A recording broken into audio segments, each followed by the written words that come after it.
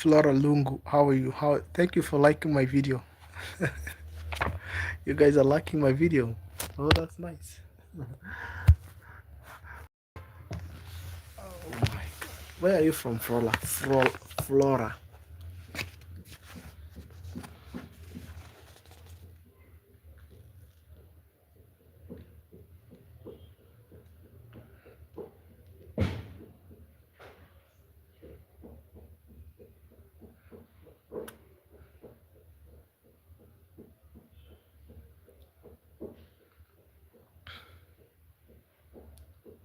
I think Flora is a Kenyan.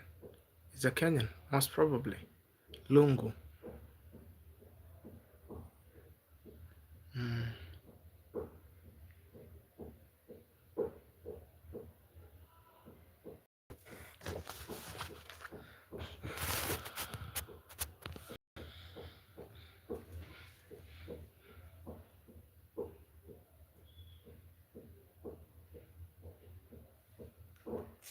I'm not really concentrating, bro. This thing is really making me distracted.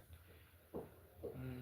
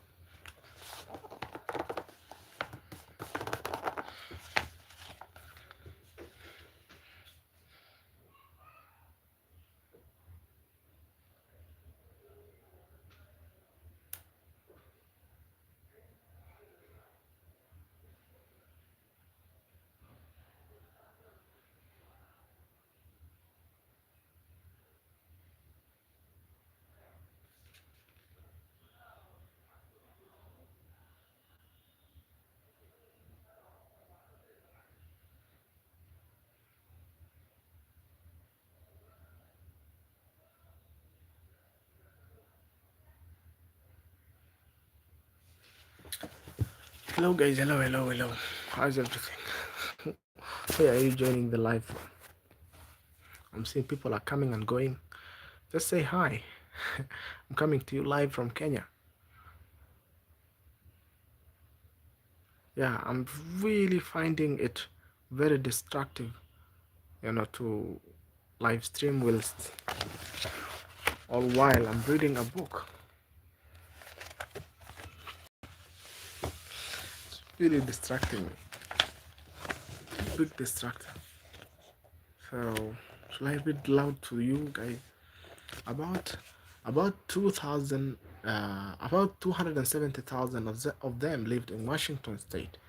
A little over 100,000 of them lived in Seattle area, and only about 300 of them attended Lakeside School. Start with 3 million, end with 300. 1 in a million high school age student attended the high school that had the combination of cash and foresight to buy a computer. Bill Gates happened to be one of them. Gates is not shy about what this meant. If there had been no Lakeside, there would have been no Microsoft. He told the school's graduating class in 2005.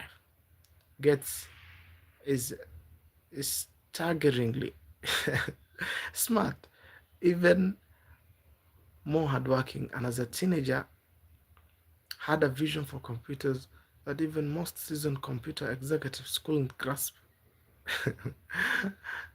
couldn't grasp. He also had a 1 in a million head start by going to school at Lakeside. Now let me tell you about Gates' friend Kent Evans. He experienced an equally powerful dose of luck, close sibling risk. Oh, Bill Gates and Paul Allen became household names thanks to Microsoft's success. But lack of Lakeside, there was a third member of this gang of high school computer prodigies. Kent Evans and Bill Gates became best friends in 8th grade. Evans was, by Gates' own account, the best student in the class. The two talked on the phone ridiculous amounts. Gates recalls in the documentary Inside Bill's Brain, I still know Kent's phone number. He says 525 7851. Evans was as skilled with computers as Gates and Allen. Lakeside once struggled to manually put together the school's class schedule, a maze of complexity to get hundreds of students the classes they need at times that don't conflict with other courses. Let me repeat there. Lakeside once struggled to manually put together the school's class schedule, a maze of complexity to get hundreds of students the classes they need at times they don't conflict with other courses. The school tasked Bill and Kent, children by any measure, to build a computer program to solve the problem. It worked, and unlike Paul Allen, Kent shared Bill's business mind and endless ambition. Kent always had the big briefcase like a lawyer's briefcase. Gates recalls, we what? We were always scheming about what we would be doing 5 or 6 years in the future. Should we go be CEOs? What kind of impact could you have? Should we go be generals? Should we go be ambassadors? What it was, Bill and Kent knew they would do it together.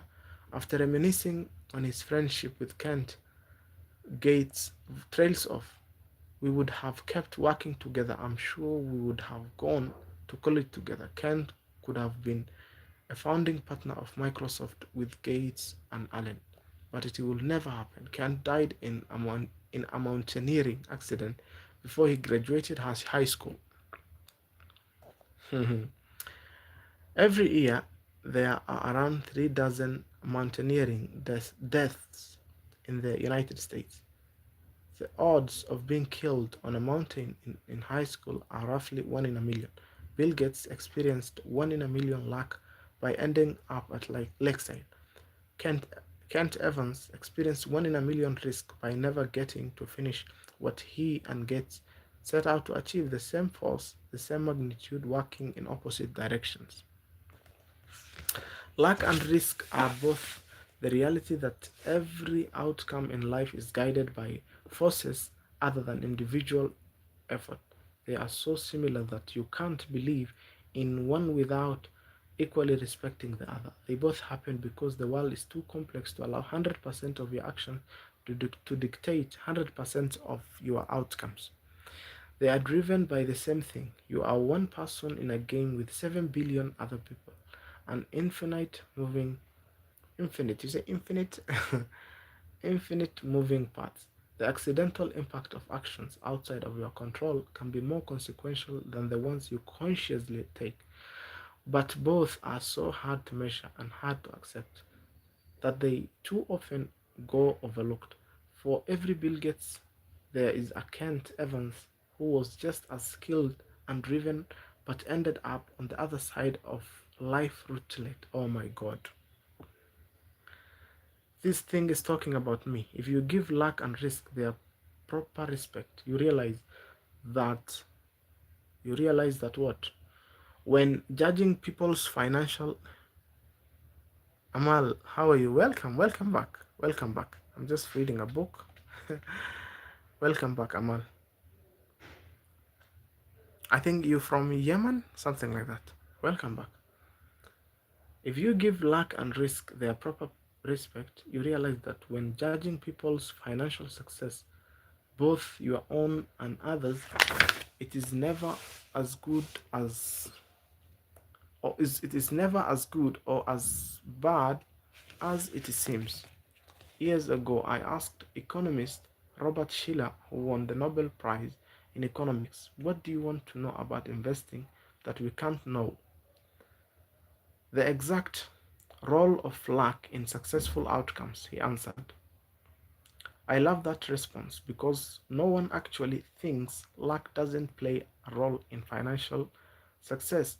But since it is hard to quantify luck and rude to suggest people's success is owed to it, the default stance is often to implicity. I'm back. To implicity to implicitly ignore luck as a factor of success.